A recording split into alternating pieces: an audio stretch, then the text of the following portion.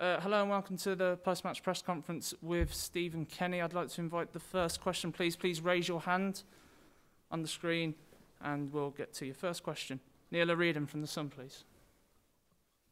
Stephen, a disappointing night. You obviously missed a lot of players over the last few days, but which made your job even more difficult. How would you assess it overall? Yeah, I think obviously we're beaten 3-0 and we're disappointed to lose the game.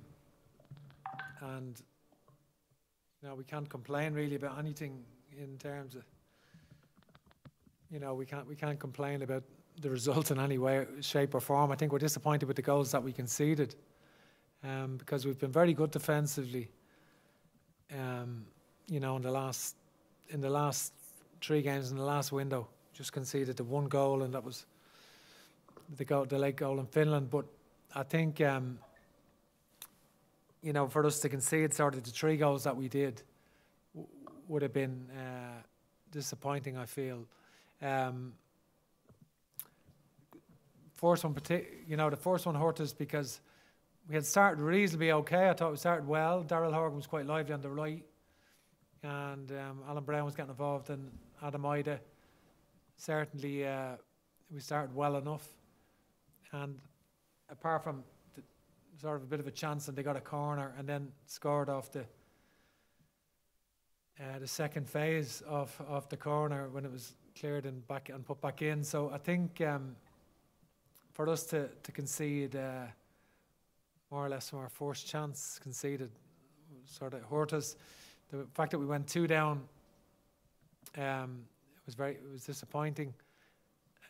So we gave ourselves a lot to do once that happened, and England were very good. They were very, very good. I felt, their system is interesting and they played well. Have you any concerns about how this might affect morale going into 2 competitive games?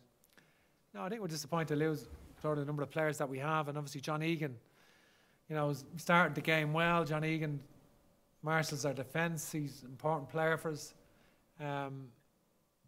And he goes off, I think, and then we can see it shortly after, but I think we're disappointed to lose the players that we have. But having said that, we're looking forward to going to Cardiff, and we're looking forward to playing Bulgaria at home. They're great. They're important games for us in the Nations League. This friendly against England, it's always, the rivalry with England is always important, and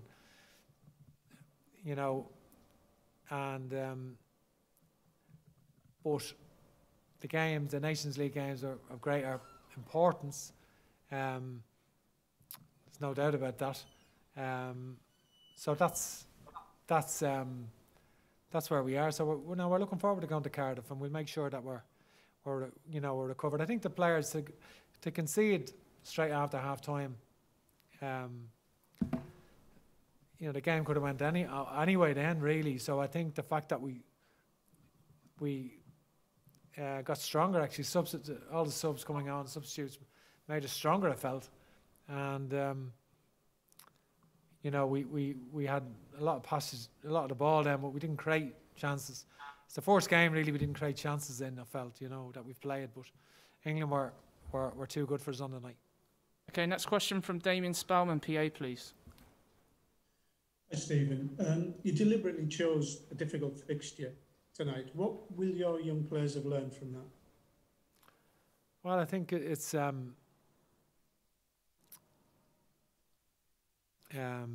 think they learned a lot tonight, and it's valuable experience, and players getting caps is valuable, and even some of the players that are not so young haven't got that many caps, and I think so. I think it's important,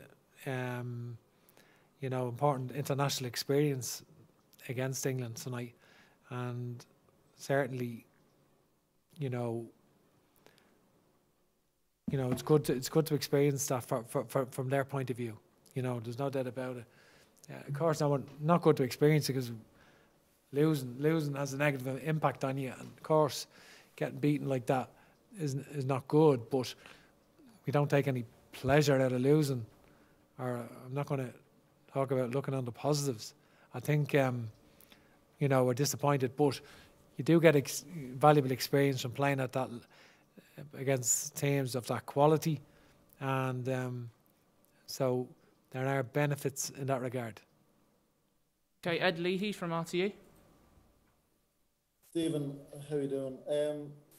I suppose England, since the World Cup, have been renowned as a bit of a set-piece team in terms of from scoring from set pieces, and they're very dangerous. Were you tempted to maybe match them with three big men at the back going into the game, just to try and combat a bit of that physical presence? Yeah, because they've got the three centre backs.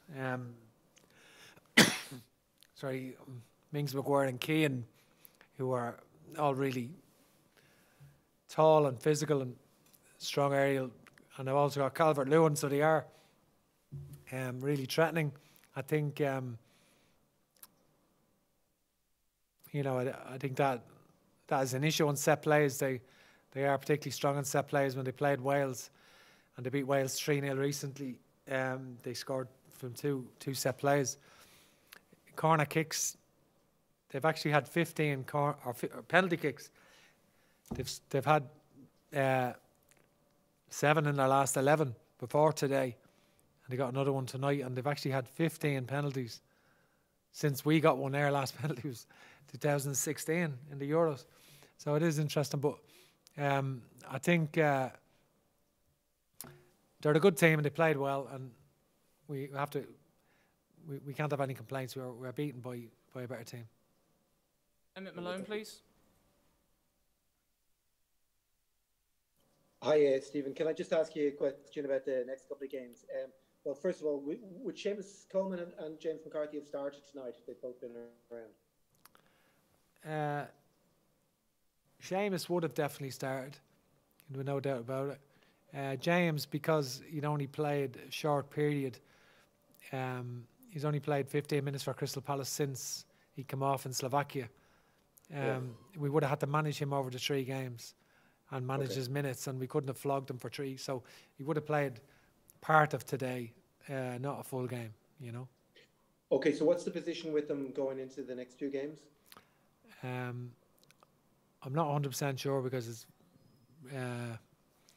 got some bad news, some bad personal news, so we'll have to see on that. And Coleman? Coleman is ruled out with injury. He's gone from the 3 games? Yeah. Okay, thank you. Okay, Paul O'Hare. Stephen, how are you doing? Just one question. Matt Doherty was saying to us there that he said sometimes I feel embarrassed coming off the pitch because we're conceding goals and not winning games. Does that kind of talk from a senior player? Does that kind of worry you, alarm you, that maybe there's a mindset creeping into the players that they're getting a bit frustrated? No, it doesn't at all. I'd have to speak to Matt, but no, I don't. That doesn't concern me at all. I think you'd be alarmed if you weren't disappointed at losing 3-0. I think so we've only conceded 1 goal in the previous 120 minutes, 90 minutes and 90 minutes. So no, in all the other games we create chances. That's the first game that we haven't really created chances. And I think just a lot of circumstances connected to personnel being available for that game. For us to beat England, we would need our absolute best team, and then we'd have to play really, really well to do that.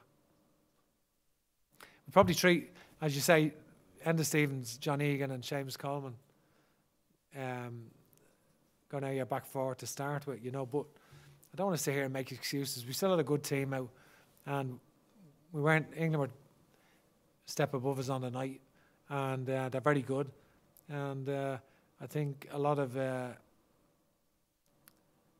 players would have gained a lot of experience from that, and it got us to. I learned a lot from seeing the players in that environment individually, and I think that was interesting. Okay, thanks guys.